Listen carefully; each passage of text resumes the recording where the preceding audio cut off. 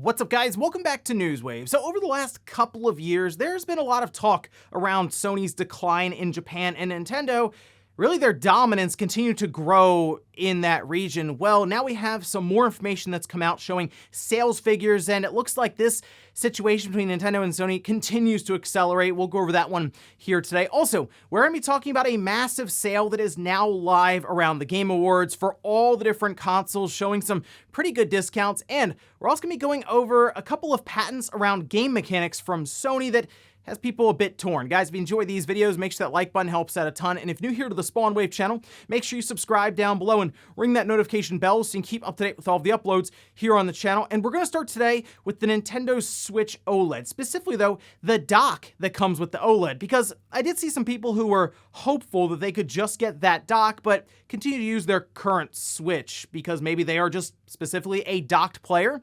Well, it looks like it is now live in the US. It started to go live and up for sale in other regions, but we can see this page here where we have the dock OLED model. This is the white variant. There's also the black variant for sale as well. Currently going for $69.99. Okay, so the weird thing with this, it does not come with the AC adapter and it does not come with the HDMI cable. Looking at this, it's basically a replacement for your current dock, not one for another room, because then you'd also have to get an AC adapter. And I mean, HDMI cables you can get those pretty easily, obviously, but the AC adapter is one that would be specific to the dock. So I get why you might say, well, they don't need an HDMI cable and cut costs, sure. But like the AC adapter, I don't know, that seems a bit odd to take that out of the box considering you're gonna need it. But we have seen Nintendo do things like sell the new Nintendo 3DS XL and not have a power cable in that at all. I guess Nintendo just assumes you have AC adapters, specific ones for the dock, just laying all over the place. But if you wanted to get this one, maybe for that wired LAN port that's just built right into it, now's your chance to do so. Also, a quick heads up for anyone who is currently playing through the Halo Infinite campaign. It does look like there's a bit of an issue when it comes to quick resume and the cosmetics that you unlock as you go through the story. We can see this posted up by Brian Gerard, saying when playing Halo Infinite campaign, you will come across armor lockers that contain cosmetics for your multiplayer Spartan. If you're offline or disconnected from services, which can occur after quick resume, the cosmetics won't show up in your multiplayer inventory. The team is aware and we will eventually have a retroactive fix. You will get the cosmetics you've earned. For now, I recommend not continuing a quick resume session and making sure you're online before venturing into Zeta Halo. Thank you. So obviously it's a shame that one of the better features for the Xbox Series X and the Series S, that being quick resume, is something you want to avoid for their latest release. When they're going to fix it, that's a great question because they're coming up on their holiday break and they're already talking about fixing all kinds of other stuff when it comes to the multiplayer. This is technically intertwined with that, as it's cosmetics that you unlock in the single player campaign that you just kind of find scattered throughout the map that would then show up in your multiplayer section with your Spartan. So I guess they're saying, look, this is for online stuff anyway, and you just want to make sure you're not using quick resume and then you're connected to the internet, but that is the single player mode, so you figure you wouldn't really need an internet connection to make everything work for that. But in this case, if you want to make sure your cosmetics are there as you unlock them, I would just avoid quick resume for now. Oh, and speaking of Halo, we did get the winner for the Player's Voice Award at the Game Awards. You can see it here. It is indeed Halo. Halo Infinite did win, which is sort of funny because the majority of this voting went on, maybe even all of it, before the game actually released. I mean, I know a lot of people are voting based around the multiplayer, and that does, I think, bring up one flaw when it comes to the Player's Voice Award. And that is that whatever is really popular and hot at the time is probably going to win it. I mean, Halo Infinite, like I said, wasn't officially released, but it still won this poll because a lot of people are really enjoying the multiplayer campaign. It is mostly positive, but I have seen some mixed opinions on it. I'm going through the campaign now, and I'll probably post my thoughts up over the weekend after I have completed. Hopefully I'm done at least the initial run through of the campaign later on today or tomorrow. And then I'm also going to go back through on legendary difficulty, but I don't know, should I wait for the co-op portion to be released to do that? We'll see. And guys, with some of the quick news out of the way, let's get into the bigger stuff. Let's start right away with some unfortunate news, as it looks like a legend in the industry has passed away. We can head over here to Nintendo Life, where they say it has been revealed that NES and SNES lead architect Masayuki Uemura passed away on December 6th at the age of 78. Now, this is a situation where you may not have heard of Masayuki Uemura, but you've certainly felt the impact that he has had on the industry overall. Like, I'm not even talking about just Nintendo, but like everything you see now really stems from work that Masayuki Uemura did back in the late 70s, the early 80s. He was the lead architect and worked to create the Famicom system in Japan that, of course, then transitioned into the NES in the West, and that worked to revive the overall gaming industry after the great crash of 1983. And from there, he went on to create the Super Famicom as the lead architect, then of course turning into the Super Nintendo, as we know, out in the West with the nice gray and purple system, which is still one of my favorite systems of all time. That was such a really cool era in gaming. But again, you may not have heard of him. You, of course, have heard of other people from Nintendo like Reggie Fils-Aimé or Shigeru Miyamoto or Satoru Iwata. But you do have people in all these different companies in this industry that are more of the unsung heroes. And this would certainly be a case of that. He also went on with R&D2, which was the section at Nintendo that he was leading, to create the Satellaview with the Super Famicom. And that was basically a station you bought for your Super Famicom, and you would receive data through satellites, which was basically you downloading games. They even had it on like a schedule, which was kind of cool. They had different versions of like Link to the Past, Excitebike, I think F-Zero. It was a cool concept for the early 90s. I mean, think about that. At that time, he said, wow, what if you could download games to your Super Famicom? Now, look what we do all over the place. So I just wanted to recognize the passing of Masayuki Uemura, who had a massive impact on gaming in the past, and what he's done here will continue to have impact into the future as we roll along into several other generations. Next up, let's talk about the Famitsu sales charts. We're gonna go through these, and then we're gonna circle back around and take a look at how much of the market Nintendo currently makes up in Japan. Let's take a look at the top 10 first. We can see Pokemon Brilliant Diamond, Shining Pearl continue to be at the top of the sales charts, 164,580 units. Nearly 2 million in Japan alone. Remember, they had announced that in the first week of sales, they had reached 6 million copies sold, which is super impressive for Brilliant Diamond and Shining Pearl. Mario Party Superstars there at number 2, 40,668. Then we have Big Brain Academy, Brain vs. Brain, debuting at 36,928. Animal Crossing New Horizons, 18,640. That's actually coming up on 7 million copies in Japan alone.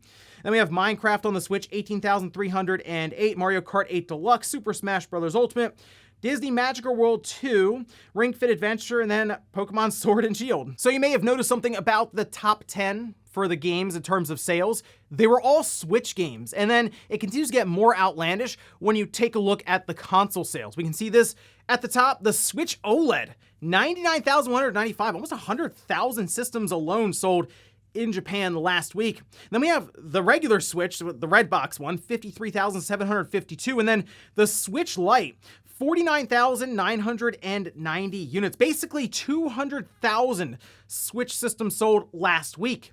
Then we go down to the PlayStation 5, 1,814. Yeah, that's number 4. We go all the way from 49,990 down to 1,814. The Xbox Series S, 454. The new 2DS LL, people are still finding those there, 423. The PS4, 116. The PS5 Digital, 105. So the PS4 actually outsold the PS5 Digital and the Xbox Series X, also coming in at 104. But obviously, the big takeaway here is that Nintendo had a massive, dominant presence here in Japan. I mean, look at this little pie chart. Yeah, it's almost completely that like Nintendo red. 98.53% of the market last week was the Switch. The next one up is the PS5 at 0.93%. These are just for the systems. If you go to the games, the top 10 is all Switch stuff. Now, I do believe that the PS5 numbers would be higher if they had more stock. The biggest thing we're seeing right now is most likely Sony is taking the majority of the stock and just moving it to other regions. Specifically in the West, you'll see, I'm sure, plenty of stock for the most part. I know it's still hard to find one, but the majority of the stock going to places like the US. I would assume Europe is getting a fair amount of stock as well, but basically Japan appears to have fallen pretty far in really the list of priorities for Sony, which is strange because Sony is a Japanese company. But we've seen the overall direction of Sony, especially as we started up this generation where they were becoming more and more Western focused with a lot of their first party titles and kind of leaning away from things like Sony Japan Studios, even kind of dispersing that, reforming it around Team Asobi. And I mean, yeah, I'm looking forward to what they come up with, but this is just Sony's business model now. They are looking to other regions outside of Japan to be able to sell and make money off of the PS5 and their games. At this time, it seems like they've mostly surrendered Japan to Nintendo completely, which will have effects outside of the console manufacturers, Sony and Nintendo, to where you'll see Bandai go, well, I guess we got to put our games on the Switch, or Square doing the same thing, unless Sony is willing to do the third-party exclusivity deal that we've seen from them with things like Final Fantasy VII Remake. So something to keep an eye on here, especially as more and more Japanese-centric developers and publishers start to put out games towards the end of the Switch's lifespan that we assume is then going to roll into the next Switch. Will they plan more for the next generation Switch, or are they going to look more towards the PlayStation 5? We'll see, I guess, again, as we head through the next couple of years. But yeah, the Switch dominating in Japan. It's been doing it for a while, but now it's going to like the next level. Next up, let's talk about some big sales that are currently live across all platforms. This is kind of coinciding with the Game Awards. It's legitimately just the Game Awards sales. So we can start here with the Nintendo Switch eShop with their games and deals page. That all of this is linked down below if you want to browse through them yourselves. But we can see we have Legend of Zelda Link's Awakening at $42, Monster Hunter Rise at $45. I've seen Monster Hunter Rise get pretty cheap, actually, with certain retailers, down to, I think, $30 or less. So it's digital, but I know there's convenience with that. However, you might want to look around for something like Monster Hunter Rise as we head towards the end of the month. Now, Breath of the Wild, $41.99. Doom Eternal, $23.99. Octopath Traveler, down to $41.99. We can jump over to the PlayStation Store with Kena Bridge of Spirits down to $27.99. That's a pretty good pickup there, I would say. I did enjoy the game, certainly worth checking out. Deathloop, hey, that's one of the nominees for Game of the Year, half off, down to $30. Same with Resident Evil Village, down to $30 there. Battlefield 2042 has already seen a price cut there, down to $49 on the PS5 or $40 on the PS4. Guardians of the Galaxy, which is a very good game that's certainly gone under the radar, down to $39. Demon's Souls, down to just under $40. Returnal, just down to under $50. I mean, Mass Effect Legendary Edition at $30, I would say is a steal with the amount of content there. We can also jump over here to the Xbox Store with Riders Republic down to $36. Demon Slayer down to $42. We see that same Resident Evil Village half off at $30. Then we have Tales of Arise. That's the deluxe edition. I think it comes with some extra content and other things in there, but that's down to $59.49. Death's Door down to $15. Absolutely worth the pickup there. Far Cry 6 down to $36. I also saw the Batman Arkham Trilogy. That's down to like $8.99, has all the content and, of course, the 3 different Arkham games. But overall, some pretty good discounts across all 3 platforms, the Switch, Xbox, and PlayStation. Of course, let me and some other people know down in the comments if there are any games on discount that you had your eyes on. And in our last bit of news, let's talk about a new set of patents from Sony around a game mechanic that seems to have people a bit torn on this one. Let's head over here to VGC, where they say Sony Interactive Entertainment has successfully patented the path building mechanic featured in Death Stranding. They say the patent, which was filed 4 months before the game originally released on PS4 and was just granted on Tuesday, is named Terrain Radar and Gradual Building of a Route in a Virtual Environment of a video game. It refers to improving the first path based on a number of times the first path has been traversed by one or more characters. And what this appears to be talking about is Death Stranding's main mechanic, where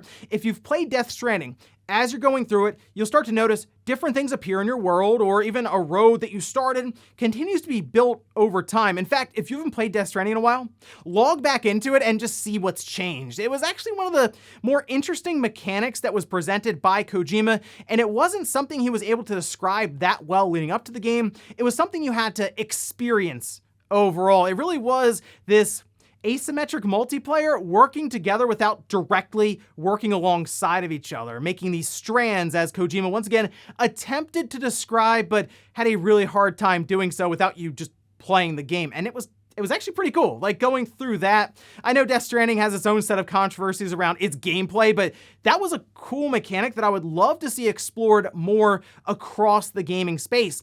The only issue here, and the part that has people torn, is that Sony having a patent like this with some pretty loose wording may make it difficult for people to build off of this with future games. We've had this problem with, I think WB, they did the Nemesis system, and they patented that. And no one's really been able to touch that. And there have been other things in the past, like an arrow like above your car, your character, which I think was patented before by another company. And this is something that we have to be mindful of, because if these ideas can be locked up with loose worded patents, we just won't get any kind of evolution out of these ideas like this strand system. The other thing, and the reason people are like kind of hopeful for this, which I don't think it's a great idea for patents like these to exist in the first place, but could mean that Sony is planning on using this going forward in other projects and maybe evolving it themselves alongside of Kojima. Like I said, an interesting mechanic, one that people need to experience to be able to grasp fully, and I hope that it's going to show up in future games, but now it seems like it's up to Sony to continue building on it. And before we go to the comment of the day, we're taking a little poll that I posted up yesterday, where I asked, last minute prediction time, will Nintendo and The Legend of Zelda make an appearance at the Game Awards tonight?